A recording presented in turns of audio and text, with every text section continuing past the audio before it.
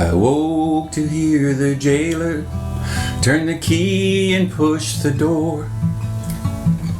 "Get out here," he shouted, but I stayed there on the floor, frozen in the terror that rose and filled my brain, for I knew what they intended. I could not face the pain.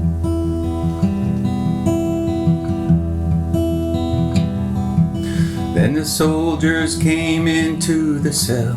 They dragged me to the yard. They threw me down before a cross and brought the whip down hard. "Carry it," they shouted, as I struggled to my feet. I put my shoulder under it and dragged it to the street. I stumbled through a wall of screams as they drove me through the gate. I could see the thousands lined the street, their voices filled with hate. Like a wolf pack in the night that moves in for the kill, they closed the gap in front of us. They started up the hill.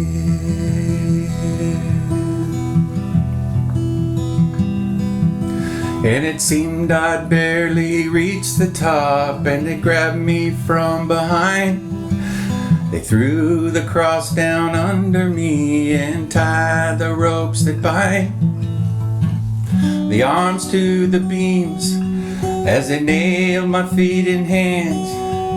They raised the cross up in the air and dropped it in its stand.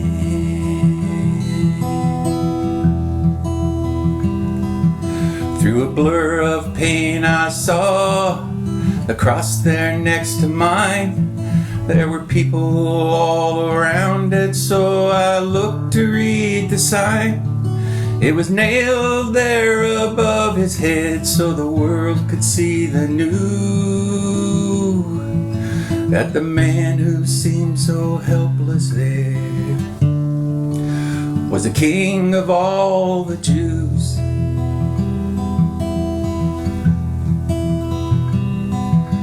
And the crowd stood around his cross, made jokes about his name. They shouted, laughed, and spat on him, so I joined in the game.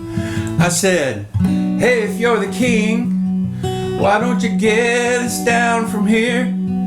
But the taunt just sounded hollow as it echoed in my ears. As he looked at me with eyes that seemed to reach into my heart, they shone a light on all my lies and tore my life apart. There's more that lay behind that gaze than simply mud and clay. But knowing was too much for me, I had to look away.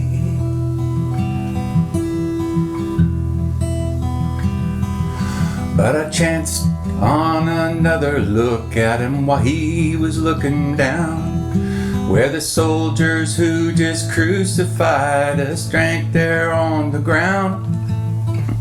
Although he spoke them quietly, somehow his words came through. He said, "Father, please forgive them. They know not what they do."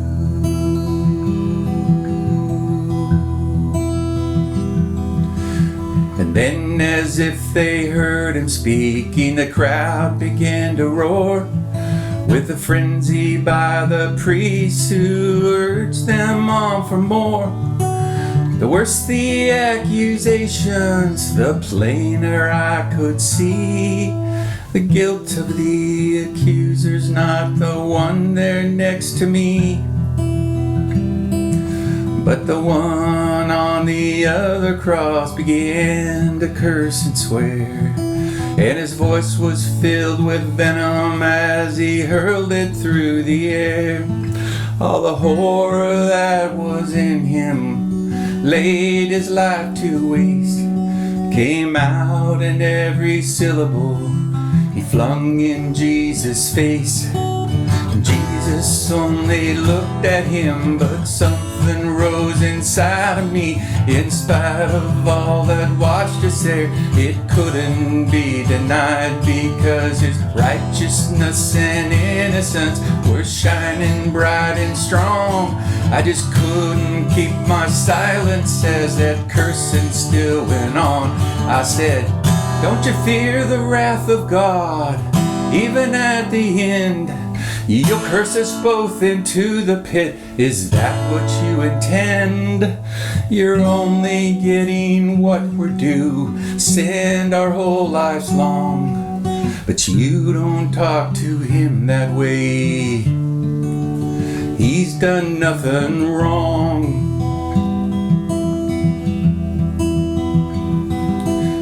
Then with all my courage in a voice not my own, I asked him, Lord, remember me when we come into your throne. He answered me, and even then his love was undisguised. He said, before the sun sets today, you'll be with me in paradise.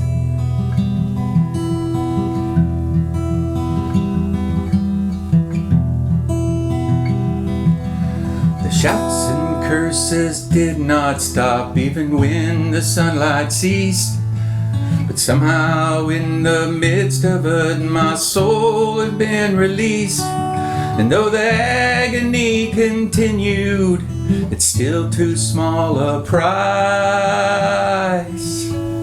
to be allowed to hear those words and to die beside the Christ.